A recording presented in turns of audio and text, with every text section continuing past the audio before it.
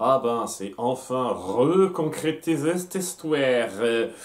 C'était un bon épisode, vraiment centré sur la thématique, pas tant du mensonge que de la vérité dissimulée. Ce qui est un tout petit peu spécifique par rapport à ça. Et j'apprécie le fait que les deux intrigues qui sont mises en place se centrent sur ce thème-là de façon plutôt fluide. Un truc qui me plaît beaucoup. Après, voilà, dans les deux intrigues, il y en a une qui est très bien, et l'autre qui est juste ok, ça va. On va commencer par la meilleure, hein, c'est sur Viren, ça surprend qui maintenant hein. Viren, la meilleure partie d'un épisode, c'est incroyable. Où, dans sa cellule, il décide d'écrire une lettre expliquant à Soren tout ce qui a amené un tout petit peu à le mettre sur la voie qu'il a suivie toute sa vie. Même si techniquement ça met bien un petit peu en place que il avait déjà suivi un petit peu cette voie, c'est juste que ça a accéléré un petit peu la chose, mais bon. Alors, on va voir ça un petit peu en détail alors qu'il écrit sa lettre et que c'est narré de façon un peu directe dans ta gueule. J'avoue que cette façon d'appréhender la chose est un peu facile, mais c'est vraiment un micro-détail, ça. Ce qui est intéressant, c'est qu'il finit par sortir ce qu'il a sur le cœur par rapport à l'histoire avec Soren et pourquoi il a été amené à faire certains choix et à partir vers la voie qu'on a connue. Et ça comble plutôt bien les trous à cet égard-là. Donc, lorsqu'il était mage d'âge jeune avancé, je sais pas, parce qu'il a toujours encore cette gueule-là, alors que le prince Haro, il est pas encore roi, lui, il est assez jeune maintenant. Donc il a su garder une certaine forme physique assez constante pendant pas mal d'années. Il a eu deux enfants avec sa femme, Soren et donc Claudia, et Soren était frêle, chétif, il était très malade et il était mal barré pour tenir longtemps. Et il voulait faire en sorte de le soigner. Et il voyait que la magie noire pour ça. Donc, il a voulu en parler à son mentor, donc le gars dont on a parlé depuis la saison 4, ce me semble. Je sais pas si... Non, 5, c'est dans la saison 5 qu'on a commencé à parler de lui. Ekpar, qui est donc plutôt quelqu'un de sage dans un sens, qui a décidé d'arrêter la magie parce que je sais pas, il voyait que c'était quelque chose de pas très bien, au bout du compte, la magie noire humaine. Mais Viren, lui, avait continué, et qu'à part, même s'il avait arrêté, il avait pas dit non plus complètement non. Mais voilà, il avait un bâton qui était passé de mentor en mentor, qui pouvait permettre de faire un super sort puissant, parce que il y a des règles, il y a certains trucs qui ne peuvent se faire qu'avec certains objets ultra précis, genre un sceptre de mage vraiment typique, et autrement c'était pas possible. Je sais pas, alors que Claudia peut faire des sorts ultra puissants et qui vient chercher, ne serait-ce que pour Soren justement, qui à un moment donné dans la saison 2 sans ça, mais ce coup-ci il peut pas faire sans sceptre. Que voulez-vous? Donc il lui a demandé son sceptre et il a dit non, c'est un objet un petit peu maudit et je veux pas qu'on le réutilise. Et alors qu'il vient parler au prince Haro, qui est un petit peu contrit parce qu'il sait que la femme qu'il aime vient de perdre son mari il n'y a pas très longtemps et il n'ose pas exactement s'avancer plus et il dit écoutez c'est important si on est certain que quelque chose est bon et que qu'on aime quelqu'un de faire ce qu'il faut pour que les choses aillent au mieux et bien entendu ce conseil le prend pour lui également et il se dit ok je vais aller jusqu'au bout, je vais confronter le gars et forcer la chose, le forcer à me donner ça. Parce que étant donné qu'il n'utilise pas de magie et que bah, c'est un vieux mec un peu frêle, hein, faut dire ce qu'il est, eh ben il le bat un petit peu par la force, il lui vole son sceptre et le gars lui dit tu sais que je suis encore copain avec le roi, il suffit d'un mot de ma part et ta vie sera fichue mon vieux. Ah mais pourquoi t'as dit ça mec? Je viens de t'agresser et de prendre un sceptre magique ultra puissant, et tu te dis, tiens, je vais lui proférer des menaces, tranquille au calme, il va rien me faire, eh ben non, je vais te faire quelque chose, mon vieux. Et c'est là qu'il le transforme en pièces. Et c'est là que je vais avoir un petit problème avec ça, parce que j'avoue que c'est plutôt bien fait globalement. Il y a un truc qui me gêne pas mal, c'est la mère. Tout simplement, parce que le dernier ingrédient, parce que c'est vraiment un truc, ta gueule c'est magique, hein, ces sorts-là. Hein. Il faut également une larme de la mère, de l'enfant, évidemment, ce genre de conneries, quoi. Bref. Donc, il vient voir sa femme, et sa femme le voit un peu transformé parce qu'il a fait un sort un petit peu chargé, quoi. Et il dit, oh mon Dieu, mais tu es un monstre! Et elle est pas prête à écouter un seul truc de ce qu'il a à dire, même si c'est pour sauver leur fils. Je veux dire, elle sait qu'il fait de la magie noire. Peut-être qu'il n'a pas fait de magie noire de cet acabit-là jusqu'à présent. Hein, peut-être que c'est la première fois qu'il faisait un sort aussi élevé que ça. Et est-ce que maintenant qu'elle le voit dans cette position où il est un petit peu comme ça, mais quand même, meuf, tu sais le principe de magie noire. T'as épousé un mec qui est spécialiste en magie. Le fait que t'aies pas fichu de comprendre ça, c'est un peu dingue, quoi. Je veux dire, à moins qu'il ait expliqué qu'il ait transformé un mec en pièce de monnaie pour arriver à là, ce qui serait très con au passage, hein, je trouve, de sa part de lui dire comme ça maintenant de rechef, mais bon, à moins qu'il lui ait dit ça cash, je ne vois pas en quoi elle serait récalcitrante à ce point à cette idée. C'est genre, ah mon Dieu, tu es trop horrible à regarder, je ne peux rien écouter, je ne peux pas entendre raison de quoi que ce soit, je veux dire... Maintenant qu'il a fait le plus gros, il reste plus qu'un petit truc, un petit ingrédient, et là tu dis, ah non, c'est trop. Hein. C'est un truc un petit peu gênant chez elle. En plus, ok, on va partir du principe que c'est quelqu'un de super droit. C'est quand même dingue qu'elle ait jamais fait gaffe au fait que Viren utilisait de la magie noire avant, mais bon. Et voilà, lorsqu'il la force à pleurer, c'est un moment plutôt bien fichu à ce niveau-là, on sent vraiment la peine, les regrets de Viren lorsqu'il raconte ça. Il arrive enfin à soigner Viren et à transformer ce petit garçon frêle en quelqu'un de robuste et solide. Et apparemment, l'effet secondaire, ça l'a rendu un peu con aussi, mais bon, on peut pas tout avoir, hein. Excusez-moi. Donc, son enfant est guéri, mais elle ne peut pas supporter apparemment de vivre avec ce gars, donc elle se barre en laissant ses deux enfants qui décident de rester avec leur père pour une raison qui m'échappe énormément en fait.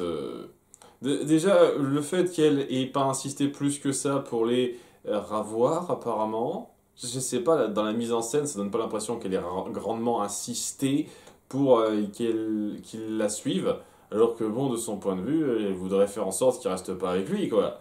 C'est-à-dire, si elle aimait vraiment ses enfants, elle dirait, ok, ce mec est un monstre, apparemment il est prêt à aller loin, je veux pas que vous subissiez son influence ou que vous, un jour, risquiez de subir ce que j'ai subi moi, quoi. Mais non, on la voit pas essayer quoi que ce soit. Elle se barre, je leur fais une proposition. C'est un truc qui a été dit aussi lorsque Claudia en a parlé dans la saison 2, il me semble, si je me souviens bien. Elle a donné le choix de partir avec elle ou rester avec lui, et au bout du compte, elle n'a pas cherché plus loin. Je sais pas, à sa place, si t'as vraiment considéré Viren comme un monstre et que tu pouvais plus supporter d'être avec lui, pourquoi tu n'as pas insisté plus que ça pour que tes enfants te suivent? Je ne comprends pas. C'est vraiment la mère laxiste, je trouve. Je ne comprends vraiment pas la logique de certains de ses choix, à part qu'elle s'en foutait un tout petit peu de ses enfants au bout du compte. Genre, elle les aimait un peu, mais pas plus que ça. Voilà, c'est un peu le truc que ça renvoie, cette histoire. Alors peut-être que ça vient du fait que c'est du point de vue de Viren et qu'il y a autre chose, mais vraiment, même quand on parle de ce que Claudia a raconté, elle donnait pas l'impression que sa mère avait insisté à mort pour qu'elle la suive. C'est un truc qui me gêne un petit peu, et c'est pas non plus comme s'il se donnait beaucoup le beau rôle dans son récit, Viren. Donc, je sais pas, j'ai beaucoup de mal avec la façon dont est caractérisé ce personnage. Je dis pas que c'est forcément incohérent, je dis juste que ça le rend pas très rattachable. J'ai pas beaucoup d'empathie en fait pour elle dans cette configuration-là. Je sais pas, c'est un petit peu un problème pour moi, c'est cette partie-là. Et on essaye donc de justifier le fait que ben, elle est pas là. Et elle est pas là juste parce qu'elle est morte d'une connerie hors champ, comme des tonnes de merde de héros qui existent. Non, elle est juste plus là. Et enfin, Elle pourrait peut-être réapparaître, je ne sais pas, à un moment ou un autre, à ce moment-là, mais je ne sais pas ce que vous feriez avec elle, en fait. Ça donne un peu l'impression que c'est la justification à pourquoi elle n'est pas là et on s'en fout un peu du personnage, hein. C'est un petit peu cette impression que j'ai. C'est le problème que j'ai dans ce flashback. En dehors de ça, tout le reste était vraiment bien fait. Et surtout la fin, lorsque il raconte qu'après tout ça, son plus grand regret, c'est comment il a traité son fils. Parce que, étant donné qu'il a perdu sa femme et qu'il est devenu plus aigri, il a tenu Soren comme responsable de ça. Et donc, il a été beaucoup plus froid et distant avec lui, en ayant forgé un petit peu c'est ce qui a fait leur dynamique familiale un petit peu délicate. Et donc, il le regrette énormément en écrivant cette lettre, quoi. On le voit pleurer à plusieurs moments lorsqu'il écrit ça. Et c'est vraiment bien fichu. Et ce qui est aussi fort là-dedans, c'est que dans l'idée, on essaye vraiment de mettre en place le fait que la vérité, est-ce que c'est une chose qu'on veut raconter pour faire progresser les choses, aider les gens, ou juste pour lâcher un poids qu'on a sur le cœur sans prendre en considération les autres. Plus ou moins ça qu'on veut faire passer. Et dans un sens, c'est pas bête. Je trouve que ça devient une excuse un peu facile pour cacher la vérité. C'est surtout un problème dans la seconde partie, dans l'autre segment. Mais dans ce cas précis, on ressent dans ce message qui est mis en avant que, au bout du compte, c'est plus un poids qu'il voulait lâcher de son cœur, Viren, plutôt que quelque chose qu'il veut faire pour que Soren se sente mieux, que Soren aille mieux. Et à cause de ça, il n'ose pas dire cette vérité à Soren à la fin. Il brûle cette lettre en disant qu'au bout du compte, il n'a rien à lui dire. Il n'ose pas, et voilà, c'est assez fort ça. C'est une vérité qu'il garde pour lui, qu'il ne partagera pas, parce que ça lui fait trop de peine, et il sent que ça n'aidera pas son fils de dire ça. Et voilà, c'est un moment très fort, quoi. Ce passage autour de Viren était très réussi. Je n'y ai pas une seule seconde, hein. Viren est très bien rendu une fois de plus dans sa mentalité, dans cette série, hein. C'est un point qui me plaît beaucoup. Et donc, le second segment, la partie la plus importante, on va dire l'épisode, de pas beaucoup, je pense que c'est à peu près kiff-kiff en termes de temps.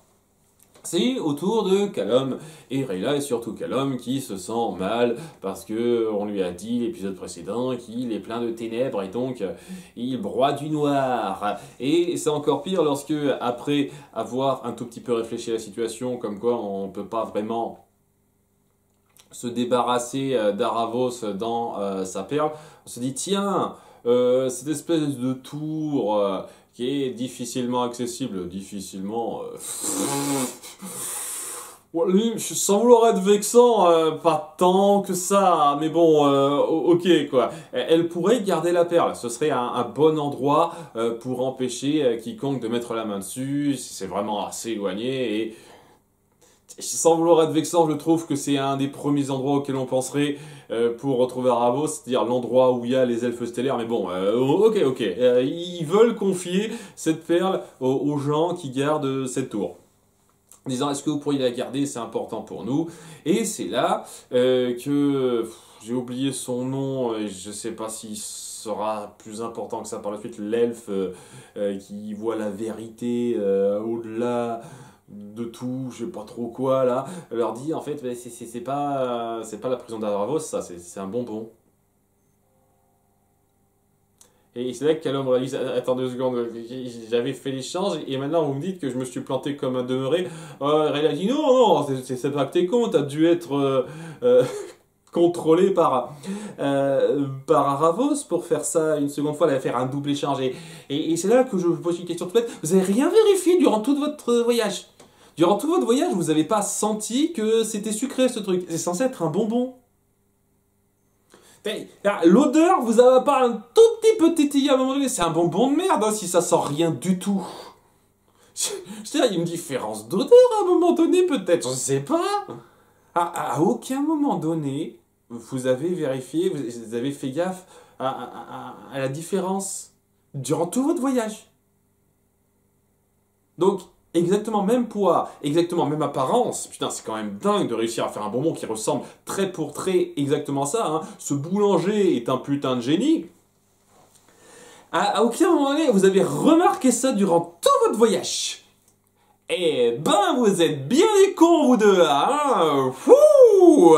C'est un peu forcé le délire, je trouve.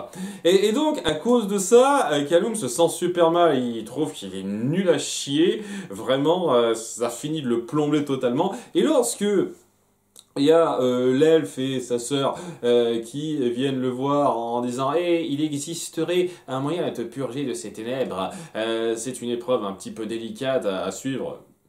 Mais pour ça, il faut être fort et courageux. Et Callum dit non, je ne suis ni fort ni courageux. Je suis une merde. Laissez-moi.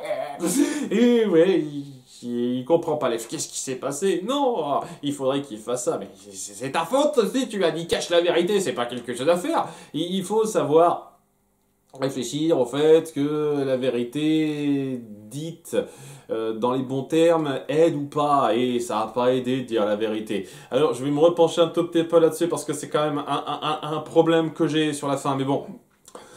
Et donc, un truc qui est pas mal dans l'idée, mais bizarrement exécuté pour moi, c'est que durant toute cette partie-là, à partir du moment où l'elfe a dit la vérité à Callum sur la perle, et tous les personnages, sauf lui, sauf l'elfe, étaient en noir et blanc. Et je me disais pourquoi? Et bien en fait, c'est parce que c'est une sorte de vision de la réalité qu'il a. S'il prenait tel ou tel choix, il a apparemment la possibilité de rembobiner pour refaire ce choix-là. C'est quand même assez pété, hein, comme pouvoir, je dois reconnaître. Aravos à ça, et ben dis donc, ça va être compliqué à combattre ce genre de truc. Donc, ouais, visuellement, c'était pas mal. Un truc qui me gêne un petit peu, c'est que vous avez fait cette mise en scène sur plusieurs scènes éparpillées dans l'épisode, plutôt que sur une seule scène filée. Et je trouve ça bizarre parce que là, vous alternez avec un passage sur Viran qui raconte sa vie, et je me dis, pourquoi vous faites ça? Je veux dire, filez ça jusqu'au bout pour bien appuyer que ce côté un peu bizarre, ce changement de couleur, qu'est-ce que ça veut dire? Et ben, ça vient du fait qu'on va revenir dans le temps et ça va changer les choses.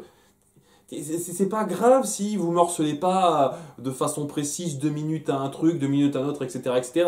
On peut passer plus qu'une minute 30 sur un segment sans devoir changer de l'un à l'autre. On n'est pas sur TikTok, les gars, s'il vous plaît.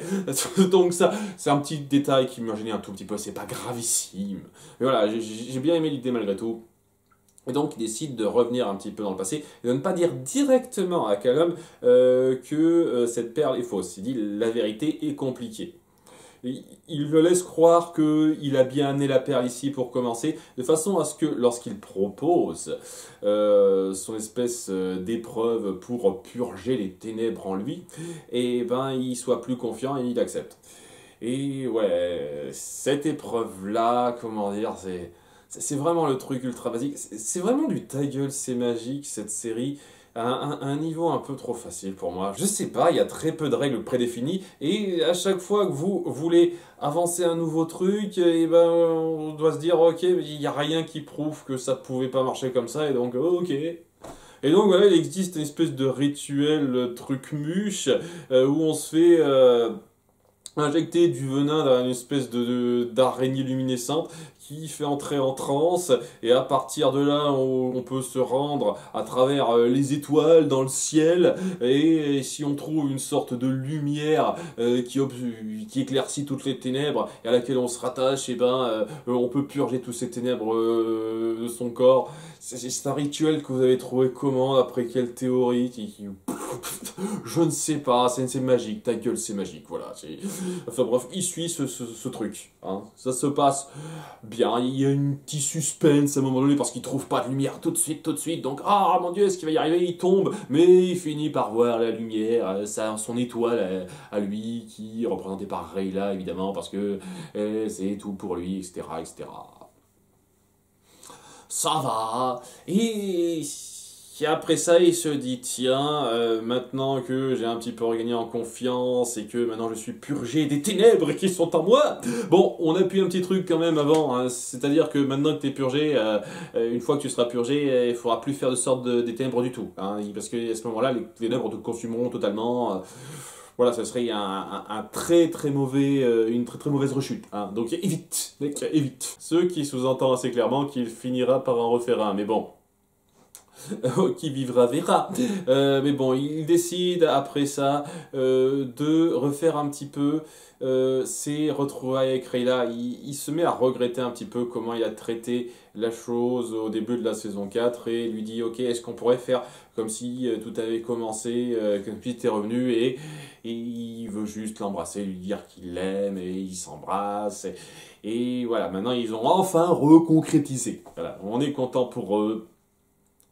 Le petit souci que j'ai, c'est que à ce moment-là, c'était peut-être pas la peine d'en faire tout un drame forcé. Il y a 2 épisodes de ça avec l'histoire du bateau, quoi. Je trouve que c'était un petit peu forcé sur les bords juste pour amener à ça. Mais vraiment, hein, plus je m'y penche, plus leur histoire, leur halte à ce bateau, amenait à peu de choses. Vraiment très peu de choses. C'est juste, il avoue 2-3 trucs et donc Rayla est au courant, mais au-delà de ça, ça aurait pu être sauté majoritairement dans ce truc-là. Hein. C'est un détail. C'est juste histoire d'appuyer que voilà, le voyage était un petit peu ardu, hein, un tout petit peu. Hein. Histoire de dire, histoire de justifier que peut-être ce serait une bonne idée de confier cette perle à ces gens-là, même si on les connaît pas des masses. Enfin bref. Mais c'est ça le truc, c'est qu'ils n'ont pas cette perle. Ils ont un bonbon. Et donc, la moindre des choses, j'estime personnellement, hein, et j'espère peut-être que la suite corrigera ça, me contredira totalement, c'est que on prévienne Callum. Maintenant qu'il a regagné un peu confiance, qu'il est purgé tout ça, et qu'il fait pas son petit coup, ah mon Dieu, je suis une merde, je ne peux pas. Il serait bien de dire, écoutez, maintenant que tout va bien, votre perle n'est pas votre perle. C'est un bonbon, ça va pas se faire. Donc sachez-le, c'est un petit peu important quand même. Hein. Histoire que dans votre château, vous soyez prêts, quoi. Il y a la prison d'Aravos qui est un petit peu importante, quoi. Donc, cette partie-là, j'espère très sincèrement que vous allez un tout petit peu la poursuivre dans l'épisode suivant et que vous n'allez pas partir du principe que, ah non, il faut qu'on cache ça à Callum pour qu'il se sente trop bien, parce que ce serait complètement débile. Si vous faites ça, ce serait d'une stupidité abyssale, les gars. Ça veut dire que ils ont juste à côté d'eux la possibilité de réveiller Aravos à portée de main en croyant que ce n'est rien. S'il peut leur revenir à la gueule de tellement de façons, et s'ils sont pas au courant, bah alors là, ce serait n'importe quoi. J'ose espérer que vous n'êtes pas cons à ce point-là et que vous les préviendrez. Vraiment, de tout cœur, j'ose espérer. Donc voilà, j'ai quelques petites craintes là-dessus, et je ne demande qu'à ce que la suite me donne tort. Voilà, on verra bien l'épisode suivant. Hein, et sinon, oui, ça allait, cette partie-là. Voilà. Un peu forcé sur les bords, du ta gueule c'est magique qui commence à me gêner un petit peu, mais globalement ça passait, voilà, hein, histoire d'enfin reconcrétiser ce couple après autant de temps, donc au moins je peux un peu apprécier ça, même si bon, je trouve pas que ce couple soit si génial que ça, mais bon. Voilà, c'était correct, hein. La partie intéressante, la plus intéressante, c'était de loin celle sur Viren, je le redis. Et pour l'instant, je sais pas trop, puisque là les choses sont un peu calmées, hein. Il n'y a personne, maintenant que Claudia est calmée, qui veut activement réveiller Aravos. Donc je ne sais pas exactement ce qui va être mis en place pour faire péter les choses. À part évidemment le conflit avec Karim et Solregem. Peut-être que ça jouera un rôle, je ne sais pas. En tout cas, ça c'est ce qu'on verra l'épisode suivant. A bientôt pour l'épisode 7. Bye!